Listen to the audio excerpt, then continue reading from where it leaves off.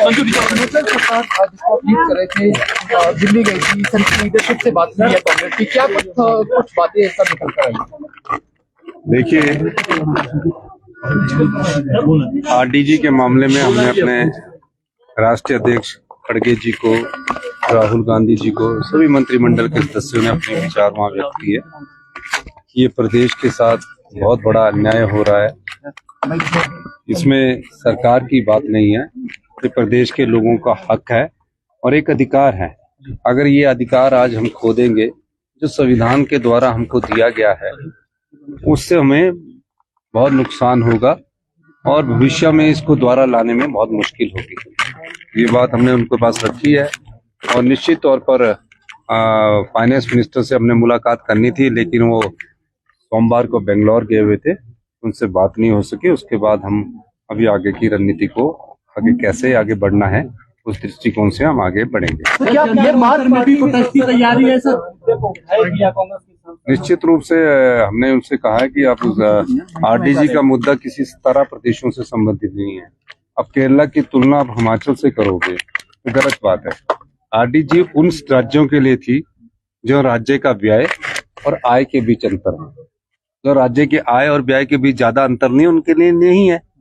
यानी कि एक्सपेंडिचर और इनकम के बीच के घाटे को पूरा करने के लिए भारत के संविधान द्वारा आर्टिकल 175/2 के द्वारा ये अधिकार दिया गया था। और इस दृष्टिकोण से आरडीजी के जो 16 फाइनेंस कमीशन ने नोटिंग की है, उसने उसे ना रिजेक्ट किया ना एक्सेप्ट किया। नोटेड का मतलब है कि भारत सरकार उसको अपने अनुसार उसको दे सकती है। नहीं तो क्या होता था, या तो एक्सेप्ट हो जाती है या रिजेक्ट हो जाती है। नोटेड का मतलब है कि उसको खत्म तो कर नहीं सकते और राज्य की परिस्थितियों के अनुकूल उसको दे सकते हैं। तो प्रदेश में पिछले इतने सालों से इतना 40 सालों से इतना घाटा प्रदेश में आता रहा। और जयराम ठाकुर जी को जब आरडीजी मिली, सबसे ज्यादा आरडीजी किसी प्रदेश में किसी समय में मिली तो जयराम ठाकुर जी को मिली।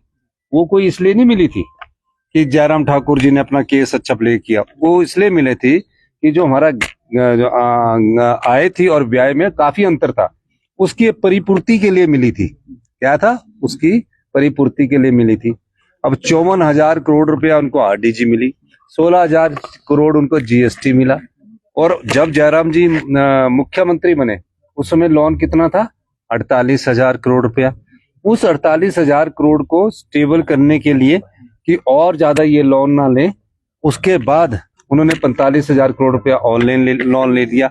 और 48,000 करोड़ में से अगर वो आरडीजी और जीएसटी कंपनसेशन सेस जो राज्यों को मिला था, उसका अगर वो 20,000 करोड़ भी दे देते तो आज उनका लोन 28,000 करोड़ होता और सरकार जो राज्य है वो डेट ट्रैप में नहीं फंसते। तो ये तो मैंने पहले दिन से कहा है। हमने तो इस प्रदेश को आत्मनिर्भरता की ओर आगे बढ़ाया, आर्थिक कंगाली से आगे ले जाकर सभी लोगों को उनके जो भी अधिकार बनते थे उस चीज को दिया। अब आपने कल्पना कीजिए, जिनको 70,000 करोड़ मिल रहा है और जिनको 17,000 करोड़ रुपया मिल रहा है, आंकलन कीजिए ना, आंकलन कीजिए। वो प्रदेश की सरकार को बेहतर चला रहा है। 70 साल से ऊपर सभी कर्मचारियों का हमने एरियर दे दिया। भारतीय जनता पार्टी की सरकारी कर्मचारियों का एरियर 10,000 करोड़ का हम पर छोड़कर चले गए। 76,680 करोड़ रुपए का लोन हम पर छोड़ के चले गए।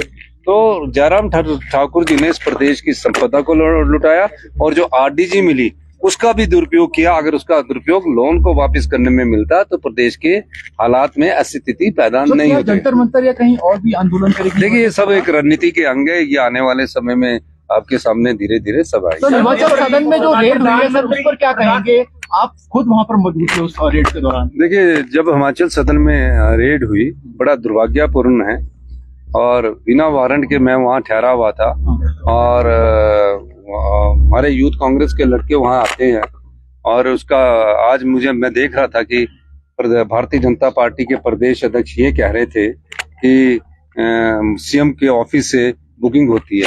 हमारे यूथ कांग्रेस के वर्कर है, सीएम के ऑफिस से बुकिंग नहीं होगी तो कहाँ से होगी?